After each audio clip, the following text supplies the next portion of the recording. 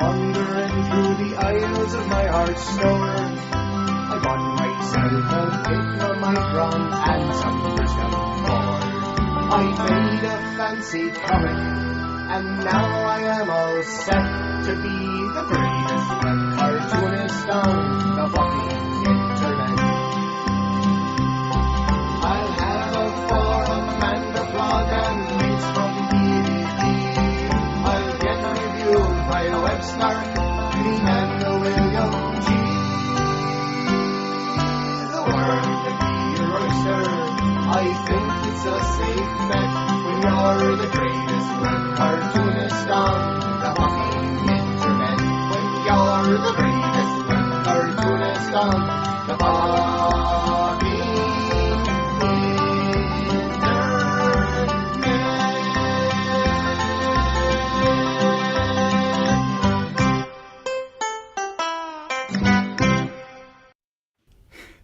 Good morning, everybody. And well, you wouldn't believe it. We've had a bit of a chaotic start to the show, but guess what? We started on time. We're all here. The theme music went off well. Everything went really well. Here we go. It's a new era. All right, Mercury in retrograde, finally over. Things are moving forward, but it's been a struggle. Getting out of the mire. All right, so welcome to Planet Earth Live. The show we're calling See You Next Wednesday, or The Zardoz Connection, or I don't know, we've got a few other titles. What other titles we got? Advanced Cartooning Class, that's another title for this show.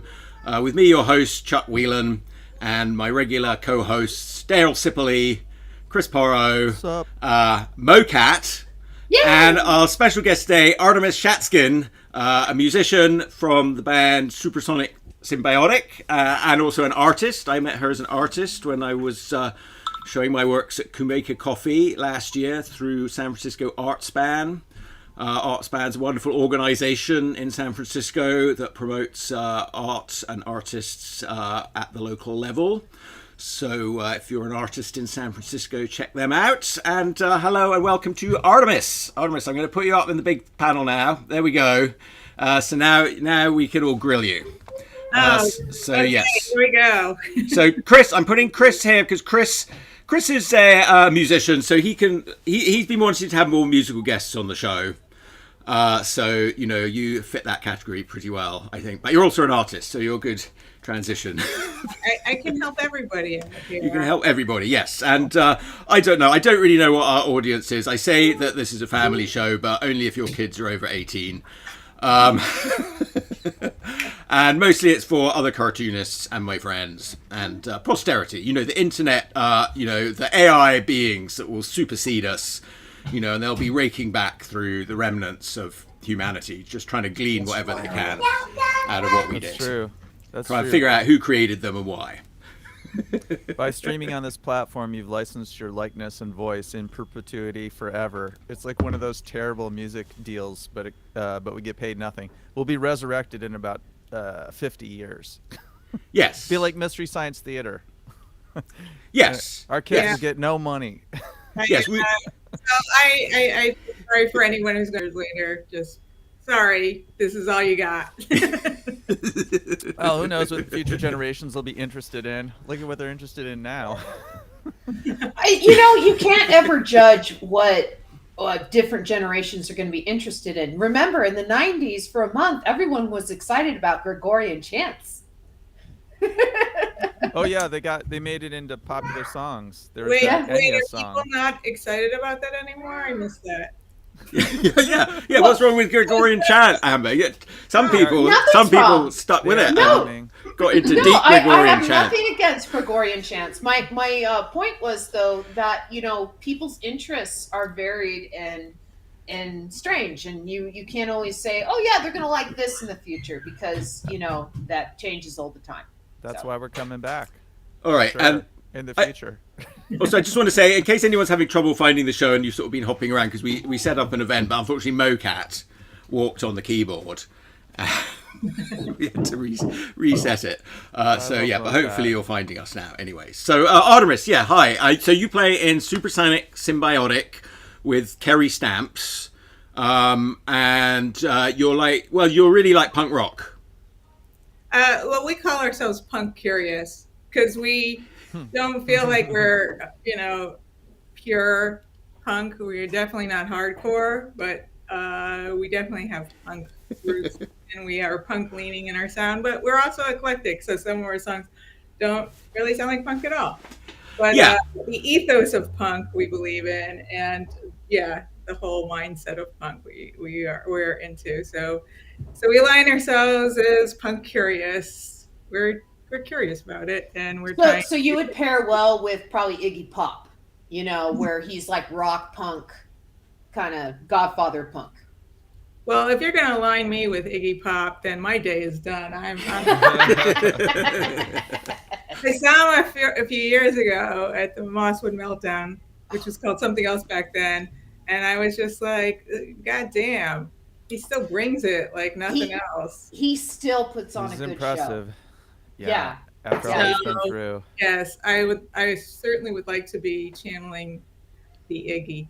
Well, don't forget, the man was also appeared in an episode of Star Trek in makeup. So I have nothing but appreciation for him. Did he? What year was that? Deep Space Nine. Was he high for that?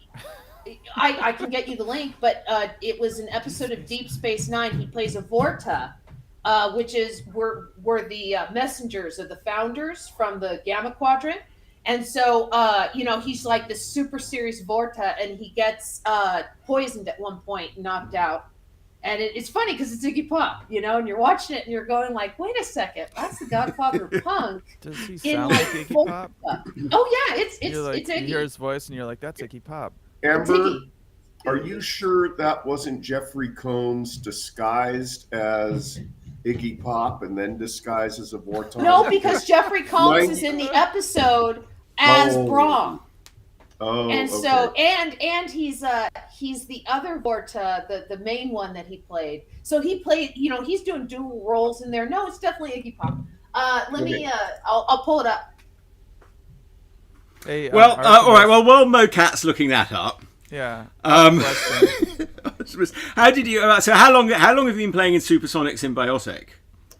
Well, we actually formed in 2019, pretty much at the end of 2019, and just as we were ready to get started playing out in clubs, we all know what happened. And we couldn't even practice together for a year because our practice space is pretty small, and we didn't want to give each other horrible diseases. So we had to wait for a year. During that year, I kind of did some stuff on my own, and we did some remote recording where Carrie got an electronic drum kit, and we actually put together our song Disco Escape. We did that. Something's happening on the screen. Oh, it's Mocat again. Mocat's on the keyboard again. Okay. Yes. It's just me pulling up that time that Iggy Pop played a Vorta, and so this is him in makeup. All right, Mocat, we believe you. Yeah. You didn't just create that with your AI. Mocat, we know you have access to powerful AI, so you could easily have created that just on the fly there. I do have access to powerful AI, and it's terrifying the power that I have at my fingertips. So yes. Yes. So. But yes, back to music. Yes, we were talking about music. Yeah. How do I do that? So, let's see. The only song we recorded during that time was Disco Escape, where I was the sound person. And we made a video too, but we didn't start playing again together until. Ooh, yes. Can we see your video, Mocat? How about that? How about can you find us Artemis's video? Wait, I don't even know where that is. It's on YouTube somewhere. on YouTube. All right. That's, we can't like stream YouTube. You have to have it downloaded, right? Is that right? Well, we did quite well with Dirk's video last week. Oh, but I don't know, with music it might be more difficult. The sound came stream okay it. though. Well, I always thought it'd be like a copyright issue, but maybe if you don't get caught. I mean, Carrie put it up, and Carrie is not here, so I don't know. I don't remember where he put it. I love that name. Is Topic Great the name of the drummer video? I accessed it from our Bandcamp page. Artemis is your I band. found the Bandcamp page, but going to your YouTube channel, what's the name of the latest video? It's called Disco Escape. Artemis, is your band based out of San Francisco? We're in Oakland, so You're in we play both sides of the bay. You play both sides of the bay. Do you get down to the South Bay at all? We have not yet played the South Bay. Have you talked to places like Streetlight Records to see if they'd be interested in having you play? I have not. Okay. Streetlight Records. What is that? A venue in the South Bay? Streetlight Records is the classic used record store in San Jose. Wow, you mean there's still a used record store somewhere on in the Bay Area? Yeah. Amoeba's still around. There's a lot, actually. Well, One or two. All right. People who want to look at vinyl all the time, which is me. Yep, that's our Bandcamp page. Okay, so this is the song. Do you want me to play it? There's a video. There should be a link to the. From what It I might just see, be a link. I see send GIF. I see, yes, a Facebook link. Yeah, I think that's it. Okay, all right, then I will put us in the big window then. Come on, computer. Work Oh, here we with me. go. All right. Here. Let me. You Come on, maximize work with it. me. This is what happens when you get a cat Let to me do remember, all I your made this. production. I made this by myself in lockdown. You know, I knew when we said Dale's cat could be a Like, producer on this show that things might not. I didn't know we were going to start getting cats. I can't see the video. I'm having some bandwidth issues. Okay. Here, I gotta turn on cat. Yeah. Yeah, turn off mode.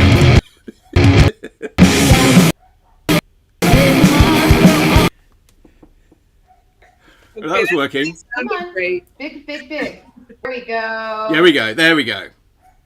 Oh. All right. Yeah. Oh my gosh, I'm having trouble with my screen here.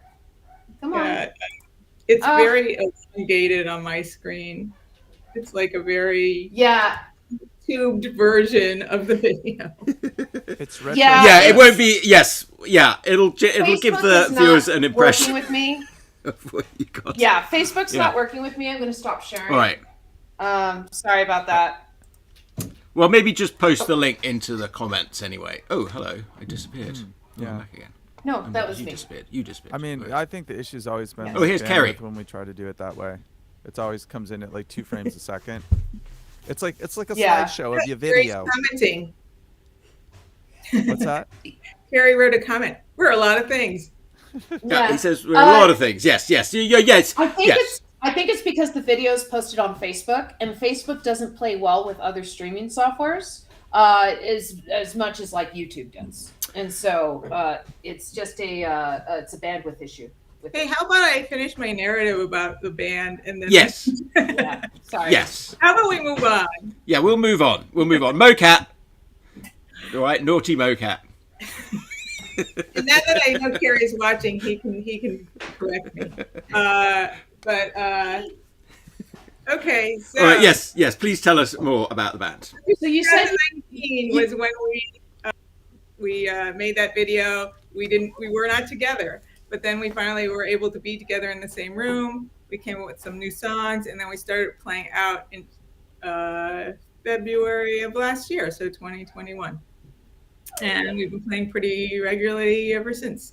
Yeah. Okay. Yes. So you've got a show coming up in a few on June 5th, is it? Or We have a show 4th? June 8th June 8th. at the Golden Goal. We have a show June 18th at the Ivy Room, Punk and Roll Matinee, and then July 16th, I believe we're going to be at the Knockout again. Oh, great. Oh, well, I'll definitely come along to that one. Yes, and I'm going to try and come to the one over in Oakland at the Bull. Is it at the Golden Bull? Golden Bull. That's Yeah.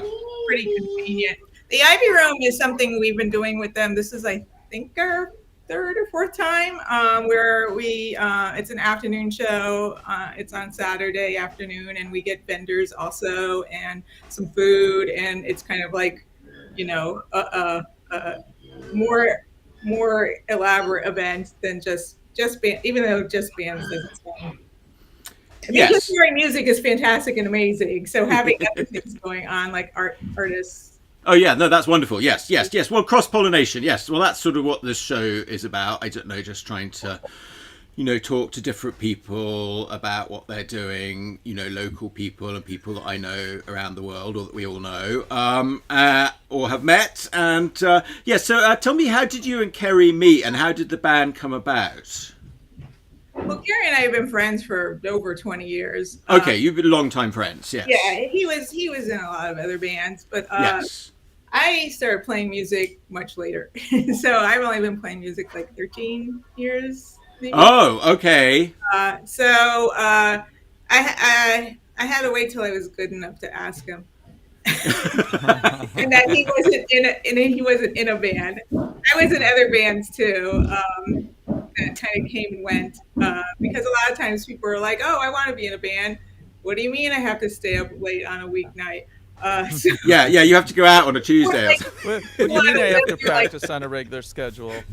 Right? They're like, people want to do their Fantasy Island version of I am in a band, and then they're like, "Oh no, this is reality." So then they kind of drop away. It's like any creative endeavor. It looks easy from the outside, but when you actually sit down and do it, it's a lot of work, you know, and stick-to-itiveness is a key to a lot of success. Mocat, have you ever played in a band? I play guitar badly. You haven't? I play guitar badly, and I've never been in a band. I've rarely played with other people. I just kind of like pluck for myself. And but I own a Mossrite and I own a Martin that my dad, bequeathed to me, and they're wonderful guitars, and I love them. Artemis, how many people are in the band and who does what in it? We're a duo, so we do everything. So I sing, play guitar, and Carrie plays drums and sings also. I play tambourine sometimes. What's that? I play tambourine sometimes. That's right. So we have a song, Disney Jail. Disney Jail. That's the one I'm putting on the album, the Urfspace album. It seemed the Disney thing kind of slitched it for me, really. But that's very fun.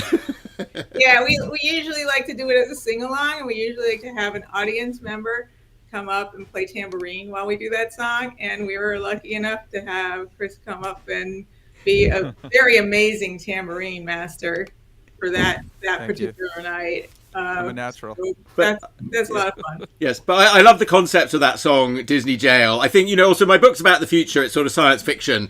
In the future, we probably will have Disney Jail. I don't know. I mean, you have jails in countries like sort of Sweden, Denmark. My relatives, some of my family are from Denmark. They have a more progressive penal system there. And, sometimes you'll see pictures of, Scandinavian prisons here, and people are like, well, people here are like, what the hell's going on? Looks like my apartment. There is something. Disney Jail is real. In Disneyland, they have jails. Yes. So there is a jail in Disneyland. Yes. Is that what the song is about? about? Yes. Is that what it's about ending up in Disney Jail when you go to Disneyland. Yes, or if you do a cartoon that involves a Disney character, you might end up in Disney Jail as well. So as somebody that used to work at Disneyland, Disney Jail is mostly reserved for people who snuck in alcohol. And and they get belligerent. Mocat's worked at Disneyland. Yes. Well, no, I'm serious. When I was a princess and stuff, Mocat was a prince. Disney. You say cat, but it's me. I'd have thought you were in the Aristocats, but all right. But no, Disney Jail. What was funny about it is like it was down in the cast area, and it had bars like you would expect a jail, right? There was one that also had metal walls and stuff, and it looked like a I don't know, like a prison cell or whatever. But the one with bars is where it was basically the drunk tank where they kept everybody. And those guys would be screaming and stuff. And you'd be sitting there eating your lunch, making fun of them, like half wearing your suit, like going, dude, you're not having fun today at Disneyland. Does Disneyland have the authority to lock people up like that? They do. They do legally. Yeah, legally Anaheim. I don't know about for Disney World, but considering that Disney handles the government of Disney World, they probably do this too. But I know for Disneyland, Anaheim has bequeathed that ability to like imprison people to Disneyland. Like there are police that are stationed at Disneyland that also have to pass Disney's inspection so that they're part of the Disney elements. Like, you know, some of them don't even wear police uniforms. They're around as plain clothes, just making sure that stuff is going. So can they do what they want to in Disney jail? Can they just beat you? Do they wear Without like big consequence. gloves so their hands look like Mickey or something? they then turn they've you got into a a puppet, taser. so to speak. Why does that make Sorry, you have sorry a Mocha. I taser? didn't. No offense. What were you asking, Chris?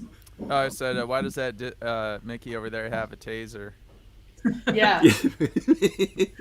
Well, Have you seen Mickey? did you end up in Disney jail? Is that why you got that story? No, I am a law-abiding citizen. I ended up in Disney jail, but I've heard about Disney jail, and I just think like, boy, I have no interest in going to Disneyland, but I'm really interested in Disney jail, and that's how the song evolved. That'd be a great Well, documentary.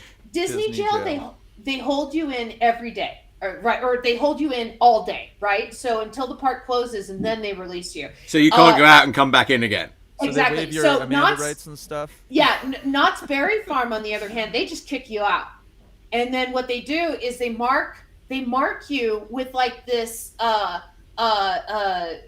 tattoo. well, not a tattoo, but they mark The you with mark of the mouse. It's like the mark of the beast, but for mouse. ultraviolet sensitive paint. They literally like spray your hands with it. So when you try and get into Knott's Berry Farm after getting kicked out, they just scan your hands to see if you've been kicked out. What? And so if your hands show up bright blue under the light, you can't get back into Knott's Berry Farm, and they take your money. I feel like you can get at least 2 songs out of this, Artemis. Well, now I'm gonna have to write about Knott's Berry Farm. Yeah, you have to. No, it's very farm. / Disney Jail 2. Right.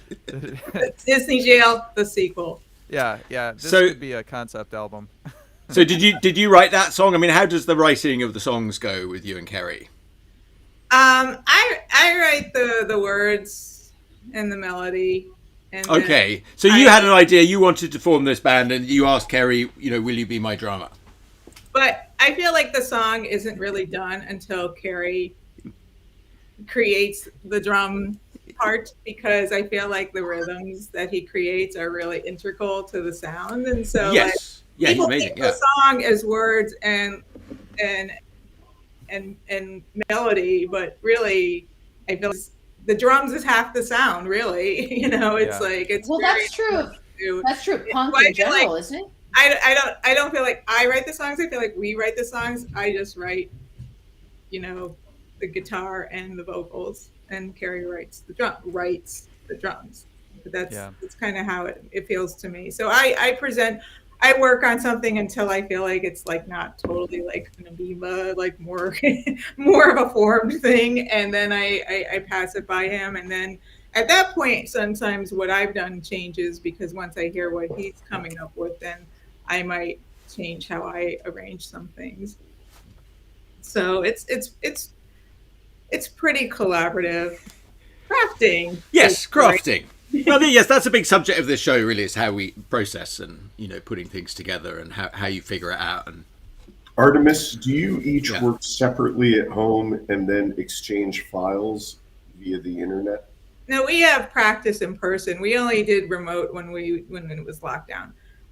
We have practice twice a week in person. I work on the songs on my own, so I have practice in between practice. I need a lot of practice. You want to sound good for practice. And be amazing. That's just the way he is. So yeah, we do it in person. Oh god, that's the way to do it for sure. I mean, I've been working remotely with my band, and it's like hands down, I wish I could do it in person, but they're all over the place. So, but in person is so much more. It's so much faster. It's so much more. The feedback that you get is immediate. you know? Right. And it's also like way more fun. Like, Yes, it's way more fun. we spend half of practice laughing. I mean, we have a great time, you know, Yes. and it's like, oh yeah, let's get back to the music now. So that's kind of how it goes. I know Yes. Ian's band likes to get together about once a week, and so they'll play on Sundays. But they're not a gig band. They don't like go out to places and hey, let's play all night and stuff. They're just kind of like, let's make a band. Yes, well, it sort of goes, well, yes, you can do that and you're having some fun with your friends, but then at some point you'll think, oh, we're pretty good. I want to play someone to hear this. Yeah, Right. yeah. It's like maybe not just the four walls, maybe Yeah. and that one other person would be Yeah, yeah, 100%. So yeah. Well, Yeah, what's- exactly. Well, it's communication, isn't it? And that's What's the really music reason. scene in San Francisco and Oakland? Is it friendly to your band? Are you getting gigs? yeah, people are pretty friendly. People are pretty cool. Since we're on the punk edge of things, Mhm. like I find the punk scene to be very inclusive and welcoming. So that works for us. And yeah, it's a mystery sometimes what a club wants, you know. So, you know, in terms of we'll contact clubs and sometimes they don't respond and sometimes they do, and it seems pretty random. So that's kind of where we're at. But we still get gigs pretty regularly. We usually play about twice a month. Okay. So, Yeah, That's good. Yeah, that's a lot. Yeah. Yeah, so if you play more it than that. works out. And a lot of times it's because we become friends with other bands who are kind of in the same boat and we join forces and get each other gigs. So Yes. now Oh that yeah, but I think now that booking we've been people playing- love that. I'm sorry, Chris, what? I think booking people love that. They're like, and that's done. Like you kind of do their job for them. Like we Right. got the whole night lined up. Just sign off here. Yeah. So Now, that's do what you they have- want. They don't want to have to think or do anything. Do you have an album? We have two EPs that are on CD, although one is sold out. But we're going to be recording. We're going to start recording June 4th, our first full-length album, which we're really excited about, and we're going to put that on vinyl because I'm one of those people who is enamored with vinyl. And Yes, I was thinking about vinyl for like, but that I don't think for my album. I don't know. yeah. It's Yeah. super So, cool, but Yeah, so we have 10 songs that we've written since we last recorded, which was about a year ago. So we have enough for a full length, and we're going to spend most of the summer putting that together. How do you get it printed on vinyl? You use a vinyl. Yeah, they Really, they you can just- do it. They can do it, Dale, on CD Baby. I mean, I was looking it up. You know, that's how I'm going to sort of distribute my album and everything, and get them printed up. And you can pretty much order up anything you want now. But vinyl is pretty relatively expensive to a CD. Yeah, Yeah. there's cheaper ways to do it than through CD Baby. Yes, I'm sure I'm sure there's better ways. You know, yeah. I Yeah, think this is go little side straight- things, so I directly don't want to to have the- to think about it too much. You know, it's a little Yeah. easier. But I yeah, think- yeah. I think you go directly to the pressing plants, which there aren't that many of, and I can't remember if Rainbow's still in business, but I think the minimum order is about 1,000. Is less. What my friend told me. He's done a lot of. Well, he's done all of his albums on vinyl. And Joe Medina. Yeah, and I co-produced the last one and mixed it, but I didn't really have much to do with the pressing plant. But I know there was a bit of a queue, and there aren't that many plants anymore. And there was a minimum order of I think 1,000, but there's these little boutique services that will do like non-traditional pressing. I think they use a different technology, but they're really, I mean, last time I looked at that stuff, it was really expensive. You know, like these boutique places that will do 10 records for you, but each record costs like $50. So, but I don't know what's really, I haven't checked in a few years, probably before the pandemic actually. Do I don't know they what's out there. include the sleeve printing and the shrink wrapping?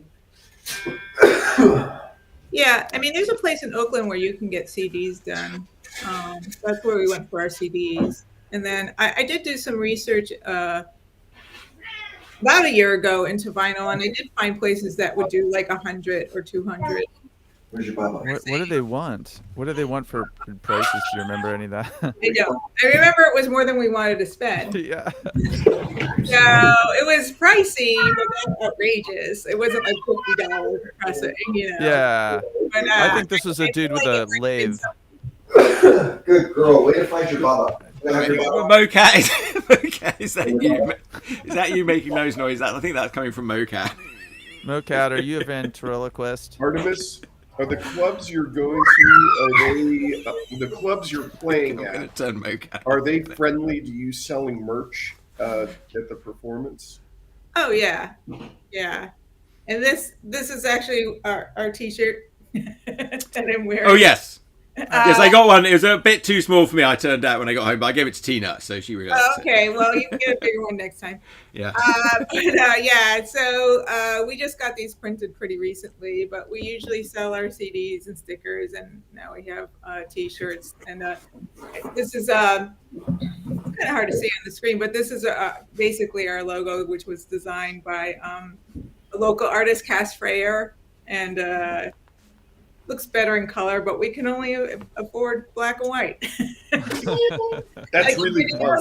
Everything's expensive, and if you don't want to go broke, you have to do things. Yes. Oh, okay. So I was going to ask you then about funding things. Like cartoonists, we're all fairly accustomed to doing things on Kickstarter at this point. Funding, or Dale Shake's head, but they're alternatives, but crowdfunding things. But Patreon. Okay, Patreon, there are different things like that. I don't know, like if that's the same with musicians, or whether you guys would think about doing that. Like No, we have day jobs. Yeah. Yeah. All What are right. you trying to say? Yeah. So you fund it with your day job. Yeah. Okay. That's another way. That's another way to fund these things. I thought about doing like a Patreon or a Kickstarter or something. I think we tried it at some point. I think last year we thought about doing it for vinyl, but then I just felt like I was being kind of a pig. I'm like, give me money so I can do this thing I just want to do. And Yeah. Well, yeah. Tina's feels like that about it too. But, so I don't know. I'm a mixed feeling. But the cartoonists, we do it. You say, oh, here's the project. I mean, it's just like otherwise. It just sort of gives you something to sort of promote it around and sort of beat the drum on it for a little while. And then you can sort of forget about it again. What I see Patreon as is from way back in Kerry's at work now. from way back in the webcomic days and stuff, you'd be able to reach a small audience, right? And everybody reaches a small audience, and this small audience is super supportive of them. I feel like Kickstarter and Indiegogo are sites that allow that small audience to say, yes, I want this object for me. Right? Because usually the print runs and the stretch goals and stuff aren't very large. It's not like they're printing, 10,000 copies of their book. They're printing 400 copies of their book, and maybe 200 of them were backers on the Kickstarter so that they can get that copy of the book. Right. So, yes, like 100 backers will get you your project done. Yeah. And so I see that as for the hyper fans, the real fans, to be able to support you and allow you to make something that they will enjoy. But you also get some like outside people as well that find it on Kickstarter. I mean, you used to. I don't really know how it is nowadays. I haven't done one in a bit, but yeah. But Dale, you had some objections to Kickstarter. Patreon is an enormous tip jar. Kickstarter is a way of judging demand so that you can scale production accordingly. Okay. Yes. Yeah. But that's fair. With the crowdsourcing stuff, isn't that kind of like its own job, its own fulfillment job? Like yes, afterwards? Yes, it's a lot of work. It's not. I'm like, oh, is it worth it? I don't know. I got more copies out in the world because I did it, but that's all I can say about it. I've never run a Kickstarter. I'm scared to. I feel maybe it's imposter syndrome. It's scary. Well, maybe it's imposter syndrome, but I feel like there's never going to be enough people to back my silly little projects because I haven't been prolific enough to keep that audience.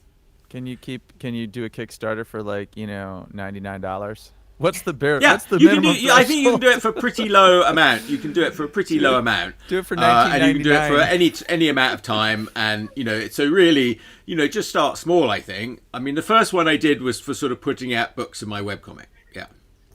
I think probably the next one I would do is for another coloring book. Well, a Yeah. Kickstarter is designed to save money, unless you're a scam artist, because a lot of this stuff you get price breaks depending on how many units you create. So if you know that you have a demand for 200 units, you just make that purchase versus making a purchase of 1,000 units. Yes. Well, all right. So that's all very interesting. Yes. So okay. So let's talk a little bit about art then, Artemis. So we met at Kumeka Coffee through Artspan. That's great. And they wrote me into doing something for them next week. I've got to go and draw live like next Tuesday. Okay. Where are you going to be doing that? At what was that place, Chris, where you went to your friend's play? On Monday. My friend's play. On Monday. Monday. That's a long time ago. Yeah. Give me a more the hints. bar on Mission Street. Its name begins with a C. Oh right. It's very slowly not coming to me. All right, I'm gonna. All right, I can actually. You must go sorry to to a wake lot you of plays. I'll find it on my phone. It's all right. I'll just scroll back up and see where You you can keep on talking, and I'll find it. So Artemis. Yeah. Anyway, You said that you started playing 13 years ago. So you picked up a guitar as an adult? Yeah. Casements. Cool. I played a little acoustic when I was in college, but not much. And yeah, so electric guitar I've only played as an adult. I did not grow up playing music. You didn't grow up playing music? See you later. No. You just grew up loving music, Yes. or maybe not. I don't know. No, I think really it hit me when I got to college because people had these amazing stereos. Oh, really? I heard wonderful sounds. Like I mean, this is going back a while when I was. So sorry. Let's go back then. Where did you grow up that you had never heard of this amazing stereo before you went to college? I grew up in New England, but mostly it's just that we just didn't have a lot of money, so we didn't have nice things. Yeah. Then what did you listen to music on? And people had money and they had nice things, and that's when I started to hear what music could sound like in my own space, which was kind of wild. And then I got much more into music. Okay, so yes, you weren't that. You didn't really listen to music much before that. Not much. Yeah. No, So, I'm a bit similar. I come to music radio, which we all know isn't anything. I had a similar epiphany with music and like stereo systems, where a roommate of mine in college got an incredibly nice stereo system that he couldn't afford, but we all appreciated it. And I heard things in the recorded music that I'd listened to for years that I'd never heard before, Mm-hmm. And I was like, whoa, there's all this other stuff in there if you can play it back on a decent system. Exactly my experience, Chris. Yeah, I just, it's like, oh, there's a bass line. Yeah, right. There's a triangle. I always found that experience with a really good set of headphones, rather than it blasting out into the space. I feel like I experienced the music with the headphones more fully. That's the shortcut. That's the cheap, easy way to do it. Yeah. I think different things work for different people. I mean, I like loud blasting music. That's why I play it. But for everybody, Well, I'll still listen to loud blasting music. You can blast music on headphones. Yeah. You really can. It's a great way to go deaf. I've heard it's much more damaging. Yeah, well, it's I already have the damage, so Oh, do you? Try not to make it worse. Do you have some damage? A little tinnitus going on. Was that? Oh, since yes. You started doing heavier music, or I'm standing next to a drum kit. Oh, so that's. Practice. You never wore earphones to protect your ears? Now I wear earplugs.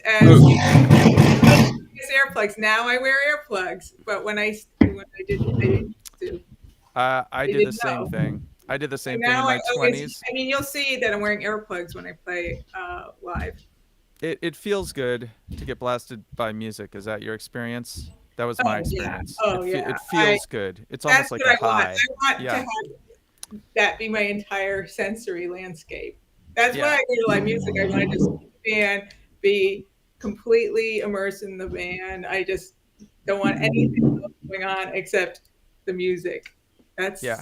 I mean, I go to live shows a lot. I like seeing shows almost as much as I like playing because I just good experience.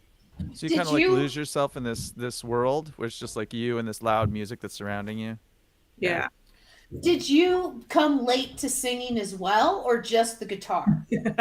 No, I couldn't sing when I started. I just couldn't, and that didn't stop me. Yeah. Don't let it stop you. That's the motto. Well, how I got started is I went to something which back then was called Women's Rock Camp. I don't know what they call it now. It's a fundraiser for Bay Area Girls Rock Camp. But basically, in the course of a weekend, they teach you to play an instrument, put you in a band, and you perform in a live venue of an original song. I had that experience, and my takeaway was I want to be in a band, and that's how I got started. But I really couldn't sing. I'd never really sang, and that just kind of happened somewhere along the way. Just about the time I met Carrie. Very good coincidence. Maybe it was just that amazing drumming brought it out of me. Maybe like something in me. But I'm never going to be an amazing singer, but you know I can sing now, and that's great. That's something I always wanted, and that just seems like magic. That's cool. Yes. All right. That's So super cool. so yeah, we got a sidetrack. mean- Yes, we were talking like Chris found out Casements Bar arts band. So yes, so art. So were you doing art before you were doing music? Were you an artist? Yes. There's some of your art behind you. Yes. Beautiful leopard. So yes. So you've been specialising in jungle animal prints or animal drawings. Excuse me. Yes. Well, do you want to talk about that a bit? Yes. Sure. Unlike music, I've done art my whole life. I've been drawing since I could hold a pencil, and I still really love pencil. This picture behind me is a 6-foot drawing of a jaguar with other animals inside it. Oh yes. Okay. Yes. Are those the animals it ate? The largest drawing on paper I've ever done, but this is part of a series that I was doing called Planetary Interconnected.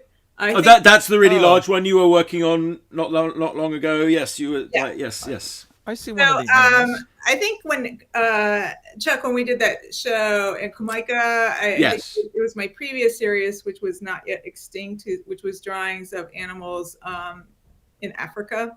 Yes, like elephants at the watering hole and like sort of seen through an eye. And I remember you talked about how, you'd been looking at them on the internet, looking at sort of webcams of animals and, so it was sort of about your experience, you were sort of slightly shut off because we were sort of like within the eye looking at them. Yes. Yeah. So before that I did drawings of humans and animals. And at some point I'm like, I'm just going to go all animals all the time. And you talked about the transformation, the transformative aspect of like drawing. Like when you draw it, you sort of become it. And yes, that's very true. That's always the case. Yes, that was very interesting. Yes. Yeah, I mean, I do for all my drawings. I do a lot of research about the species that I'm drawing. I'm very nerdy and inquisitive, and I try to imagine what it's like to be the animal that I'm drawing. That's part of the experience for me. I don't think that's that hard. We all have imagination. I mean, that's how we create. So,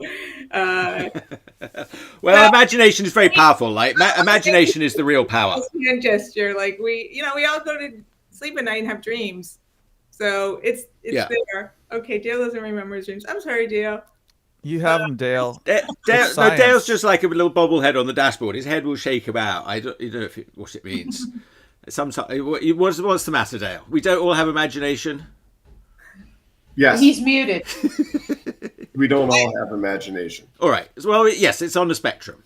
The point of imagination is an extension of feelings. So you have to have feelings first. There's been reports of people that don't have internal monologues, and that blows my mind. Yes.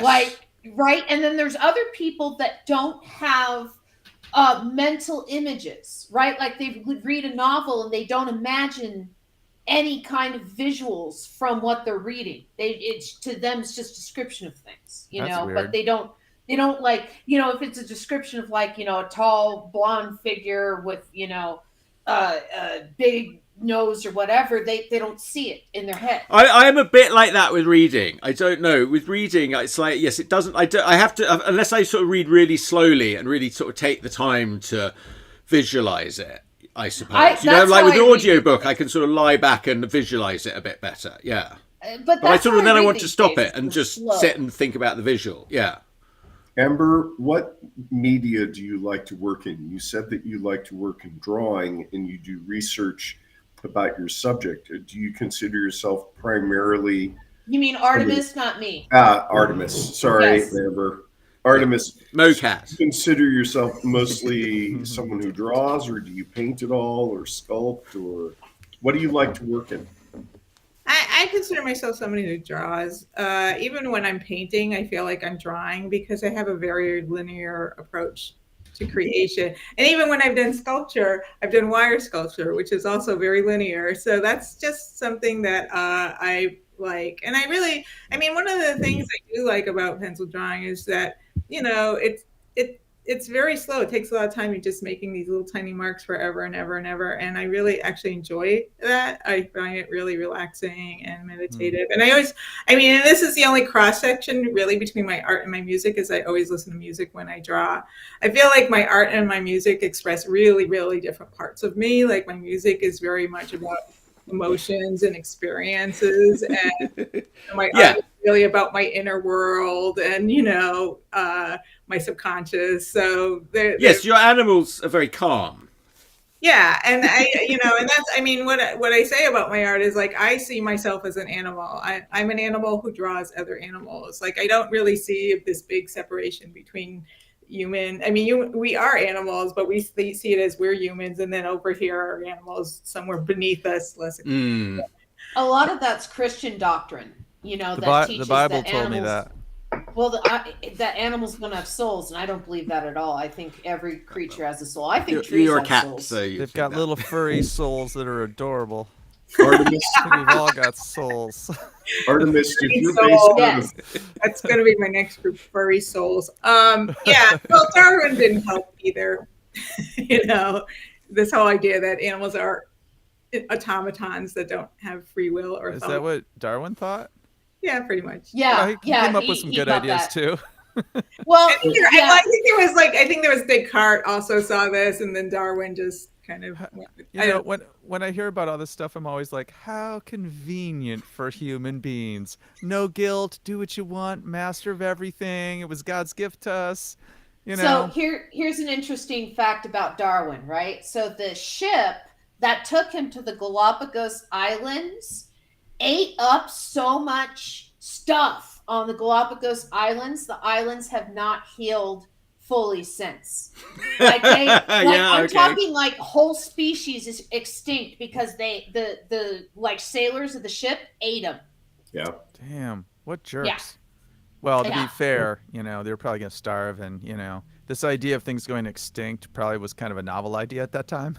They didn't have any idea of things going extinct. It's like when the ancient Greeks found mammoth skeletons, it never occurred to them that these could be creatures that no longer are around. They went, the creatures they came up with were cyclopses, not elephant-like creatures, not pachyderms. And then there's the dodo, like Stephen Jay Gould, the naturalist, has a good essay about like we used to say the dodo was stupid because it went extinct.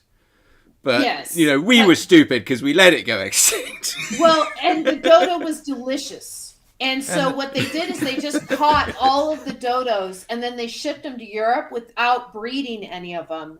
And then the dodo was gone. Yeah.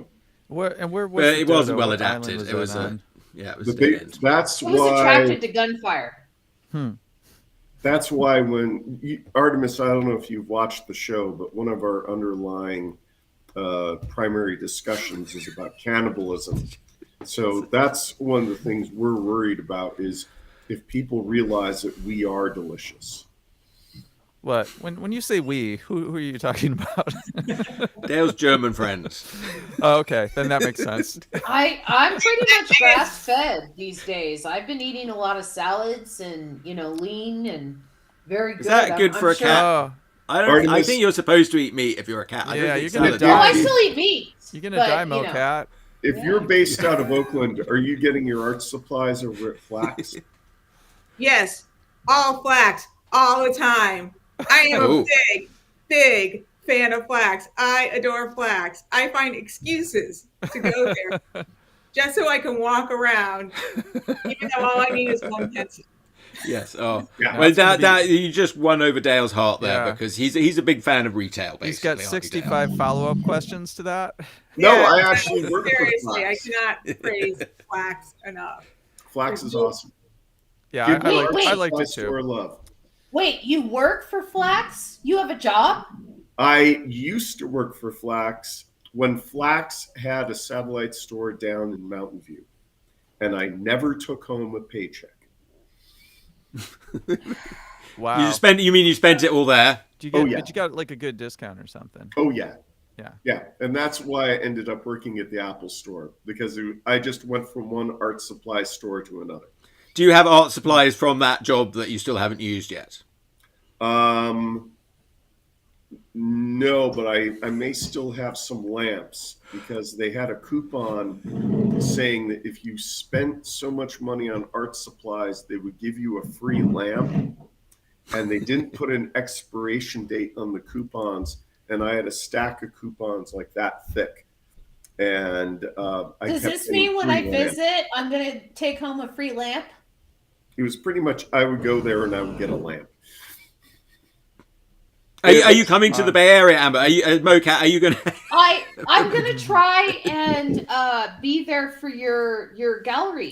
That's going to be amazing. I'm really keeping my gonna fingers try crossed and for be that. there, and we'll have your band playing, and there's going to be like other bands playing, and there's going to be food, and artists are always attracted to free food. I haven't made any plans for bands yet. I haven't asked Artemis if her band's going to play. I don't know. I would love that. Yes. It's actually right by I don't even know the what you're knockout. talking about, so yeah, sure. Yeah, his book that's coming out. Yes. The Instagram. But I didn't know there was a party. Too. Oh, there's a party. Yes. Yeah. There's going to be a party. Put it in your calendar, September 9th. Okay, It's by That'll the be knockout. that's the It's official close to book the launch knockout. album release date.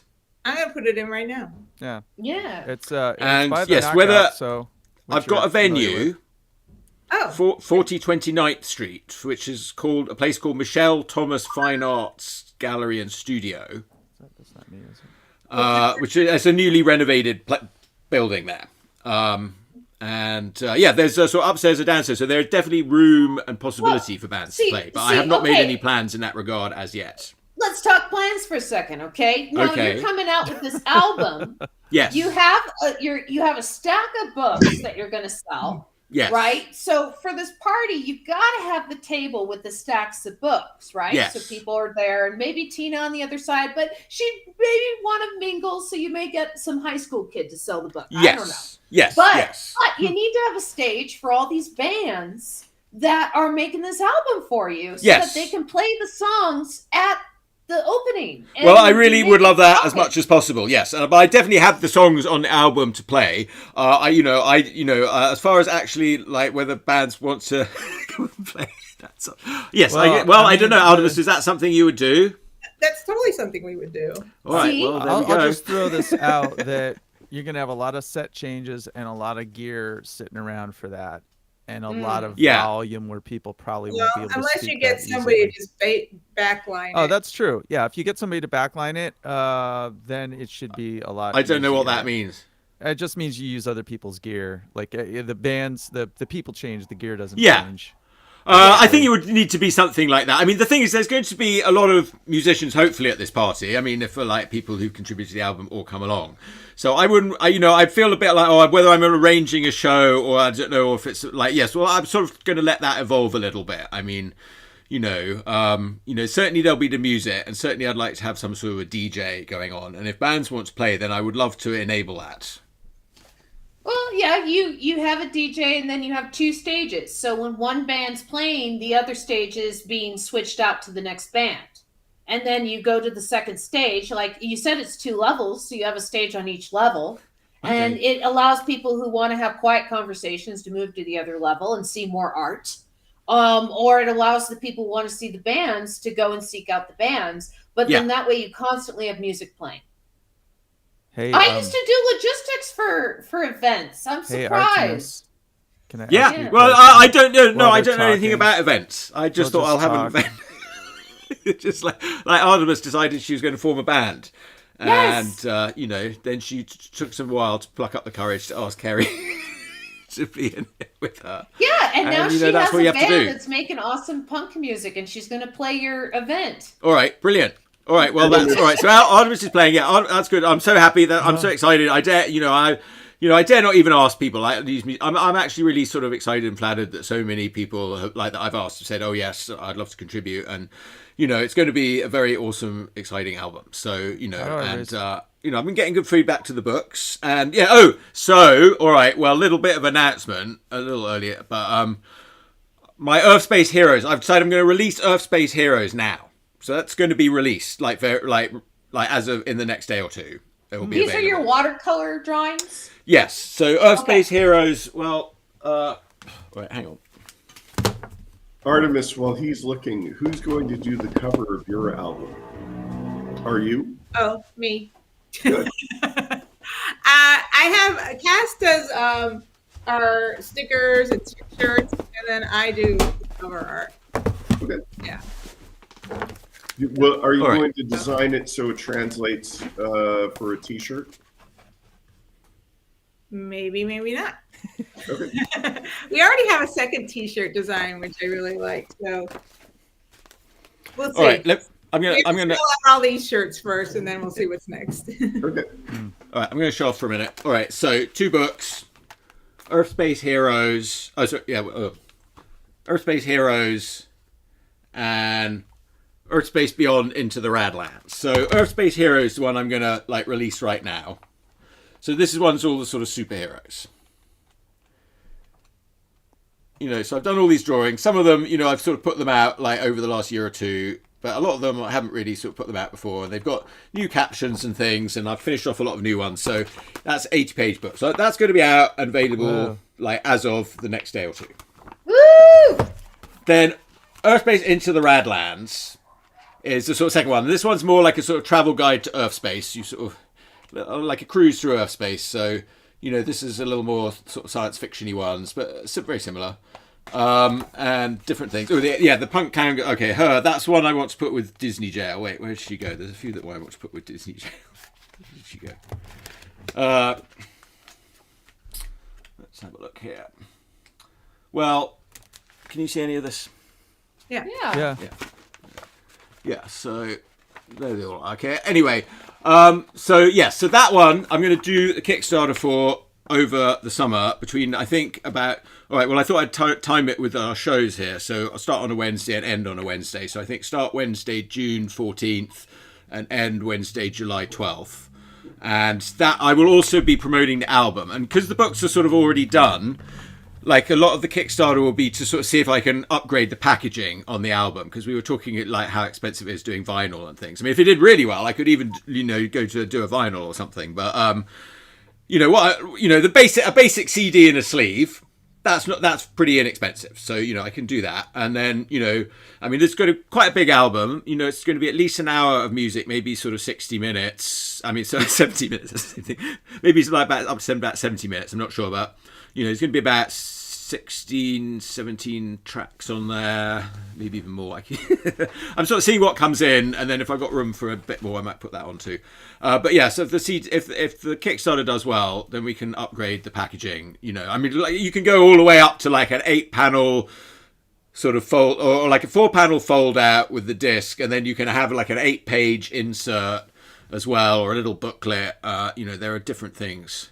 But then it gets a bit more expensive. So, we'd have to sort of see if we can fund that. But yeah, I mean, I'd like to have at least, print up at least 300 of them, and, so then the bands can get a couple of copies, and we can sell some at the show, and Kickstarter backers can get them, and then bands can get more copies, I guess, or at wholesale, and then I'll put it out as a sort of whole thing that will go, be available in perpetuity through streaming services. I don't think I can do the actual CD. I think I have to print them up in a batch. I don't think I can do them sort of one at a time, but maybe I can. I'm still looking into that a bit. Yeah.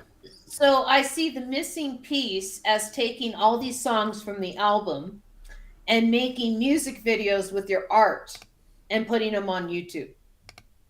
Yes. Yeah. Yes. So that's the next sort of phase that I have to do. Yes. So something like Disney Jail, for example, there are certain pieces that would go with that quite well. And where was she? Where's the Crazy Clown Girl? That one in particular, I really think that one. Well, that's one of my favorite ones. Anyway. He's got a Crazy Clown Girl in mind for your song.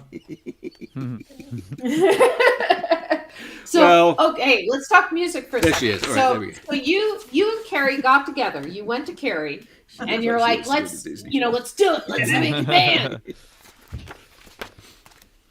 And Carrie's drums brings life.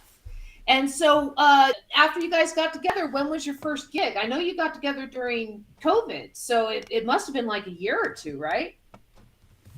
Yeah, because we met we got together towards the end of 2019, and we didn't play out till February 2021.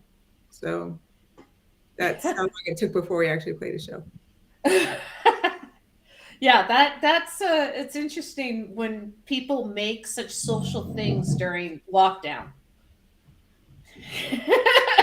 Yeah, I saw a lot of bands kind of take advantage of the lockdown thing, like to get lockdowny things done, like to get develop a presence outside of like a live presence, like do live streaming and stuff like that.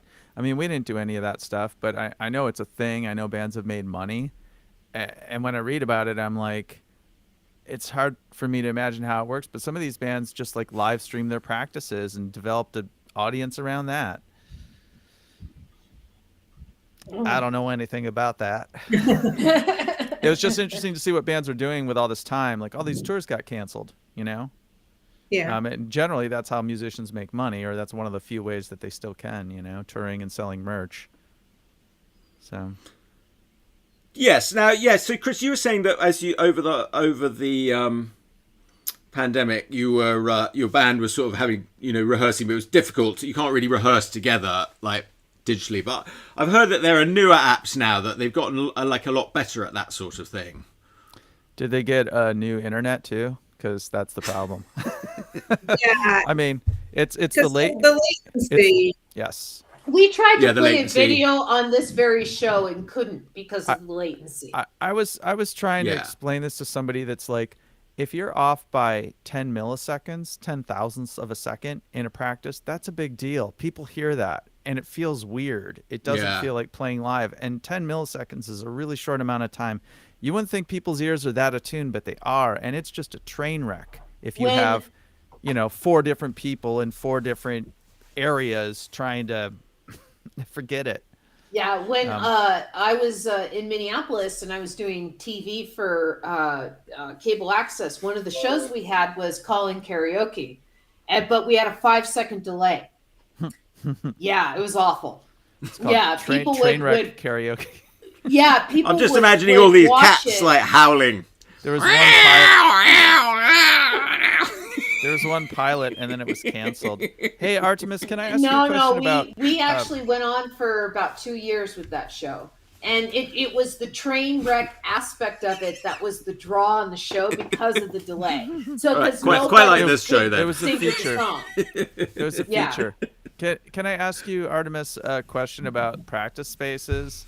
Like, has it loosened up? Are there like more practice spaces available now that like real estate is going down and it seems like people left the city? And I was thinking that maybe the Bay Area would get more affordable and more accessible to artists since the pandemic, Well, you're an optimist. You're Chris. so optimistic. Well, I mean, but real estate prices have gone down. you know, and commercial real estate's gone quite a bit down. I don't know if that's trickling down to the little people, to the artists and stuff, but no. Yeah, I'm very ignorant about this because we practice in a shack in my backyard. Ah, yeah. I used Never underestimate the power of the shack.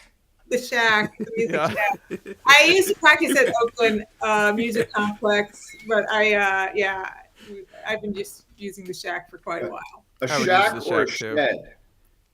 It's a shack. Wow. What's the difference? Get into the finer points of shack versus I shed. think to me, a shed is a storage unit, whereas this is actually a unit where you could hang out in. That's not a very good. Oh, That's not a very so clear. it's nicer. There's like windows, It's got a window. All right. It's got several windows Electricity. and electricity. See, Yeah, that's it's not the one of those difference plastic between a shack sheds. and a shed. It is a wood shed that was probably built in the 1920s. Oh wow. Yeah, that sounds good. It's not one of those horse? plastic No, things it's that you get at Home Depot. Are there horseshoes on the floor? That wouldn't be very conducive. It's very wooden. Mm. You can pay people to convert like your a shed roof. into shacks. A friend of mine did that. I'm sorry, what, Dale? I had a friend of mine who bought a shed and paid extra to have it converted into a shack. So she had put a massage chair in it and would just go out and sit in the shack. My So- friend did Right. something like that too. He bought Sounds he like a bought, good program. Tough Shed, which is like a company that makes these things. And Their you just, headquarters are here in Denver. you just have it shipped. I remember him in Tucson. And then after he got the shed, he figured out how to run electricity in there and some other stuff and made it like livable, you know? Yeah. But I mean, because the structure itself, if they did it, was actually pretty affordable. Yeah. Yeah. Yeah, in San Francisco, it's a good idea. I mean, my neighbor at one point was, offering a tent in her back garden on Airbnb for $50 a night, which, people took her up on it, and she had like lots of nice comments on Airbnb. That was in the early days. I don't know now if they They allow let tents. us use So- the inside bathroom. Hey, Yeah, they were I allowed have- to come in and use the bathroom. Well, my friend was doing a composting bathroom, which was a lot better than it sounds, which was not such a bad deal.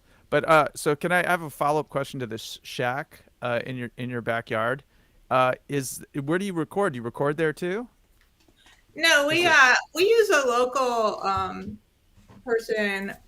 I don't know if you guys have heard of House of Faith. It's this guy Bart Thurber. He's recorded literally like over 1,000 bands.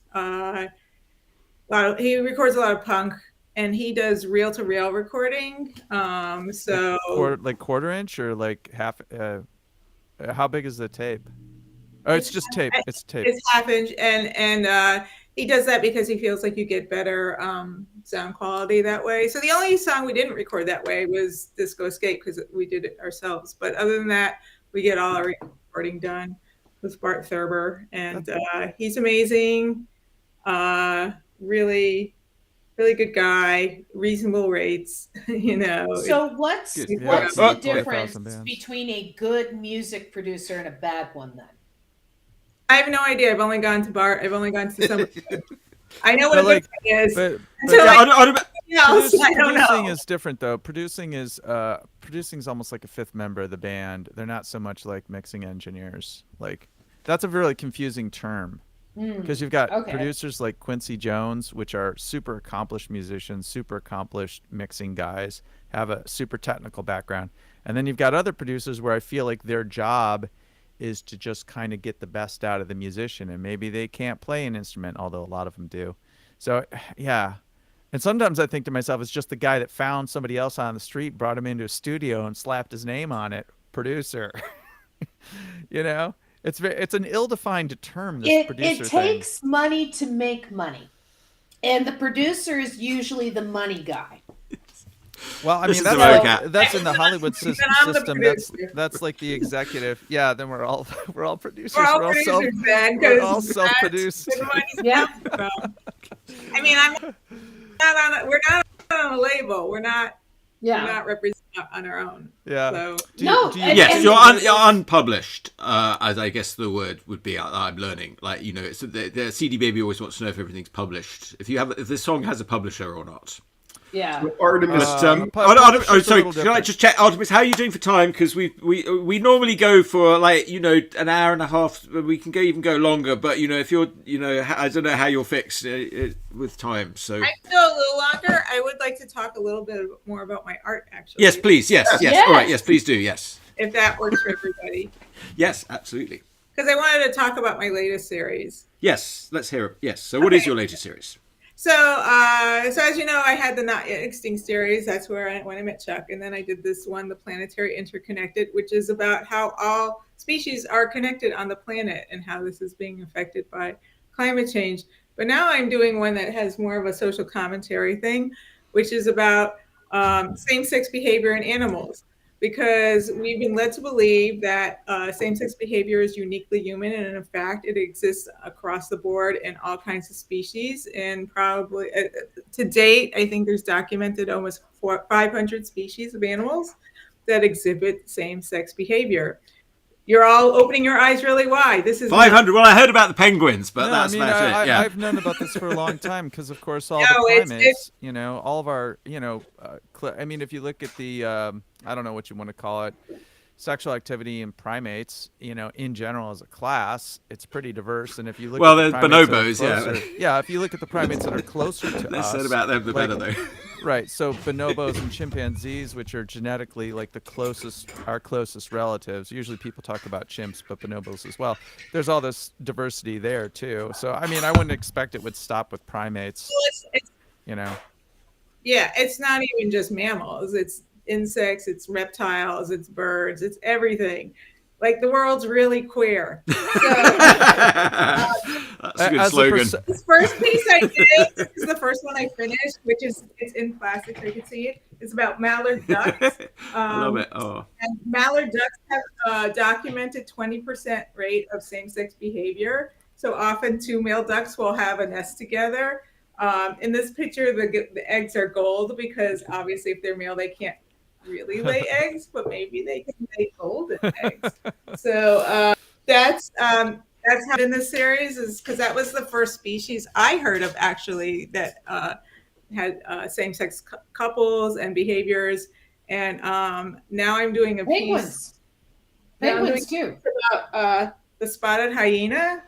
It's just started. This is a work in progress, which is fascinating because female hyenas have very unusual genitals and very different behaviors than all other animals on the planet. And they're really, there's a lot of studies going on about female hyenas because, and hyenas in general, like we're led to believe that they're scavengers and they're not very smart. And now it's documented that a lot of times if you see like hyenas and lions, together eating together, it's the hyenas that have killed it and the lions are scavenging.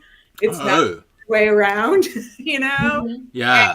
And hyenas live in a matriarchal society, like the females are in charge of everything, and it's just and there's a lot of same-sex behavior going on there. And I recently found out, even more astounding to me, is that there's actually a colony of captive hyenas living in the Berkeley Hills that are being studied that have been there for decades. What? I'm like, what the hell? What? So Mocat looks worried. I could see if I could visit. Yeah, Mocat doesn't like this. hyenas. Wait, there's a colony of captive hyenas, like some pet owner, some exotic pet owner. Has No, a it's through the university. It's part of the university biology. So they've got like a walled off or fenced off area, and these hyenas are just up there chilling. I have no idea what it looks like. I can't find anything about it except for a short description. So I'm trying to find out about this because I do a lot of research, as I said. And for this particular topic, there's this book called Biological Exuberance that came out in 1999, where this book documents a lot of the sex lives of animals. And it's really, and not just sex, but parenting and long-term couples and all of that. And it's really fascinating. When And penguins, Wikipedia page that talks about this fairly extensively for, an encyclopedic type of entry. So that is the series I'm working on now. And I feel like it's pretty timely because I feel like, there's a lot of tax being going on against, anything that is not, anything that's just not literally the straight and narrow in our society. When penguins were discovered, So homosexual behavior was observed amongst the penguins. Males taking abandoned eggs and stuff like that. And the English scientists that were writing down all this behavior that they discovered were so disgusted by it that they had their notes basically put in like, a vault until literally about 15 years ago. And this is historically true that a lot of the naturalists from the late 19th century, when they would observe this, they would just discount it as like, those animals are confused, or or they were like, I don't want to get my they're not wrecked. They don't realize. Well, I mean, like the crazy thing I'm not to gay. me is, You're a woman. Well, Darwin didn't publish his stuff for 30 years because he was afraid he'd have his career wrecked. And I think probably a lot of these scientists were probably pretty cautious too. They're like, I don't want to be the first one through the door. Let's not publish that. And so this is where we are. Like, here we are, many years later, and it's still like pretty much not known information. No, I had no idea that was that was so common across all species. Don't forget that during the 17 and the 1800s, one common hobby was taxidermy and was dissecting animals. And it's what kids would do for fun is they kill an animal, and then they bring it back and they take it apart. Dahmer kids. And so, so if you read like Victorian literature, they talk about this. If you read stuff around Tom Jones's era, they talk about this. And so, at Harvard, they have a taxidermy museum that is both wonderful and terrible at the same time. It's wonderful because you're seeing the bright colors and beauty of all these creatures, but it's terrible because they're all dead. Well, in Europe, I mean, you go to France, you get these little shops. I mean, when I was a kid, you'd have little shops in the little French high streets or the villages, and they'd have all like little animals. And this was fairly common. They would have all these little animals dressed up as all sorts of things, like taxidermied. I mean, I'm sure that's probably gone. A while ago, I went to Dublin, and they had what people commonly refer to as the Dead Museum, which is a museum of all dead animals, including like the ancient Irish elk, now extinct, which was an immense creature, it was an Irish elk, like in Ireland. And then now was it Chris, bigger than like a Canadian? Chris, there used to be lions in England. That's why the lion is on the English flag, or not the English flag, but it used to be on the English flag. Yeah, I mean, it's crazy to see where animals were that you wouldn't expect. There were camels in North America at one point. Elephants were like 3 feet tall at one point, and whales, started off in the ocean, went to land, and then went back to the ocean, which is a crazy trip. Screw this. Yeah, they were like, we tried it out for 200 million years. Let's go back to the ocean. Well, here's another thing too. The T-Rex and the Stegosaurus are further from each other than the T-Rex in today. Yeah. And the Stegosaurus, wait, say that one more time. The Stegosaurus was about 75 to 85 million years before the T-Rex. And the T-Rex is about 65 million years before us. So we are closer to a T-Rex than a T-Rex is to a Stegosaurus. And that's insane. Yeah, you always, you see stuff where the T-Rex is fighting the Stegosaurus. Well, I like it when they just throw everything together, even though it's separated by hundreds of millions of years. Look where there's caveman, Stegosaurus, and a T-Rex, and a it's giant like the King Creationist Kong. Museum, Yeah. I like it when they just throw stuff together. Like most of the dinosaurs, they died in the flood because they didn't fit on the ark. Yeah, Well, that adds up, though. It's I like- mean, My the arc, favorite how So big can you make science. it? That's science. my favorite quote about the Creationist Museum was from an Esquire article that went there when they opened. And it was describing that the saddle that Jesus was sitting on when he was riding the dinosaur was an English show saddle. And so he's like, oh, this is a show dinosaur. Totes. It wasn't a Western saddle. Yeah. This was Well, they- not I a didn't know work about this. dinosaur. They look at James Gurney's Dinotopia pictures, and they're like, "There's proof." Yeah. Yeah. Well, Yeah, pretty soon we'll have some really good AI generated dinosaur But, pictures. It'll convince us all of everything. So. The crazy thing, I think, We- is that we science already- actually, like real science, got it terribly wrong with dinosaurs for a long time. Like they put Well- the wrong animals together, and that was science. That's was, because the beginning of dinosaur discovery was basically in the middle of the Wild West, and it was its own Wild West. You had the two main What about the dinosaur science guys sabotaging each other's digs, stealing parts, breaking pieces. You had them doing this in order to have the fame of like, oh, I have the correct dinosaur. And so they didn't care about any kind of like scientific merit of the bones. They just wanted it to be impressive and then put it out on a tour to make money. And so so they would put these creatures in like these dramatic poses with like their arms up and claws out.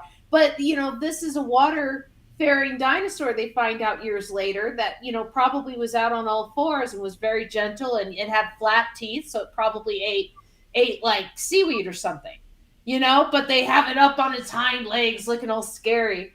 That's where dinosaurs started with scientific discovery. There's a lot of misinformation to get over. Yes, no, but if a purple cat is telling you, then you can be assured that's the truth. I love dinosaurs. Accurate. The purple cat.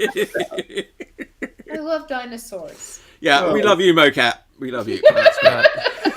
Dinosaurs are great. I don't know what it is about dinosaurs that attracts people, but I was super into them when I was a kid, and I think so many people are. In fact, like I went right out. I stood in line, and I don't do this for movies, but when Jurassic Park came out, even though I'm not a big Spielberg fan, and I'm not an opening night fan, I actually stood in line for that movie because of the dinosaur connection when I was a kid, when I had all those little dinosaurs. Yeah.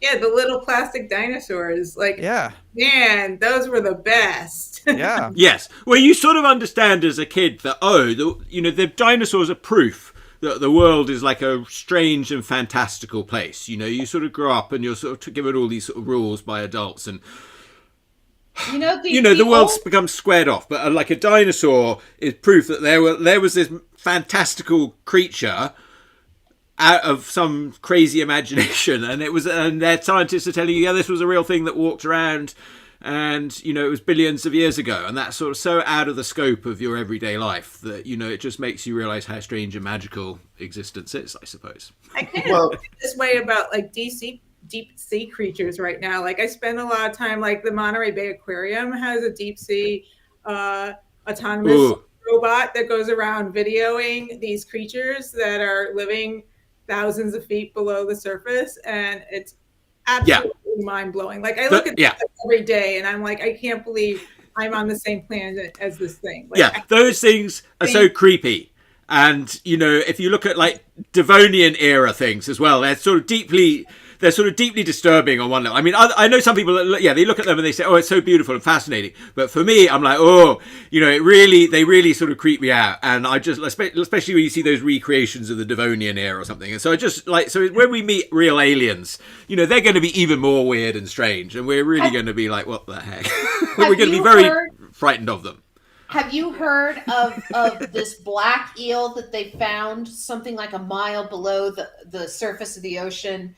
That's so dark it actually absorbs light. So it's in a place that's like no light, right? And then it absorbs light, so it's even darker than the environment around it, so that no creatures can see it. Yeah, it's like super black. I think it's super cool when they find stuff that they thought was extinct or they haven't seen for decades, and they find Amber, it. Yeah. In an environment where there is no light, Yeah. The eel can't be any darker than that. But that's just it. It's like absorbs light. Dale, it's made There's- out of. It's got black hole skin. It just Well- absorbs light. Hey, That's the mantis shrimp Black has hole skin 19 is different types Yeah, black of hole cones skin. and rods in its eyes. So who knows what it sees down there? Okay. So yeah, I'm all over the mantis shrimp.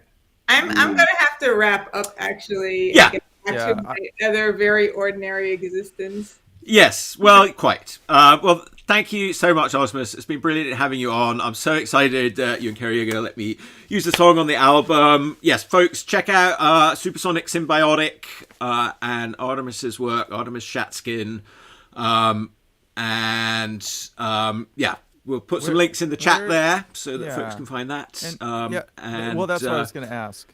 Where are the band links, and what links are the important ones to have? Yes, yeah, let's put those in now. Mocat, are you on this? Yes, I need links. Wait. Give me a second. Mocat's usually I doing had about links. 5 things at once. But yes. So I was just listening. and I was just listening to you guys. yeah, no worries. And so your next show is June 8th at the Golden Bull in Oakland. Yes. And yes, and on Bandcamp, Supersonic Symbiotic. Right. People And we have can- a website, supersonicsymbiotic.com, Instagram at Supersonic Symbiotic. Do you guys are you guys on the streaming services? Yeah, we're on all streaming services. Yeah. And you'll be recording some new songs soon, did you tell me? And you'll have a new album out in a little while. Yeah, probably in August. On vinyl. On vinyl, we hope. Ooh. Fingers crossed. I want to hear how that All right. goes. Yeah. Okay, well, I'm going to call it a show. Oh, I'm just Artemis Shatskin on Wait, Instagram. Get the yeah, you get those. Yeah, you get those in before I end it, so that they're in the. Wait, we're ending the show? I'm Well- trying to. When the guest leaves, we've all got Okay. to leave too. Yeah. I'm about spent. Remember, Yeah, I shouldn't do it. Hard day. I fell over at the weekend and hit my head, so I'm supposed to be. don't eat people, kids, and protect your ears. And Yeah. protect your ears. You hit your head? Oh well, yeah, we'll go into. We You can hit talk your about it head? off the What air. happened, Chuck? It's all right. Just me being Okay. clumsy. Zol, Anyhow, my artist site is just my last name, Shatskin.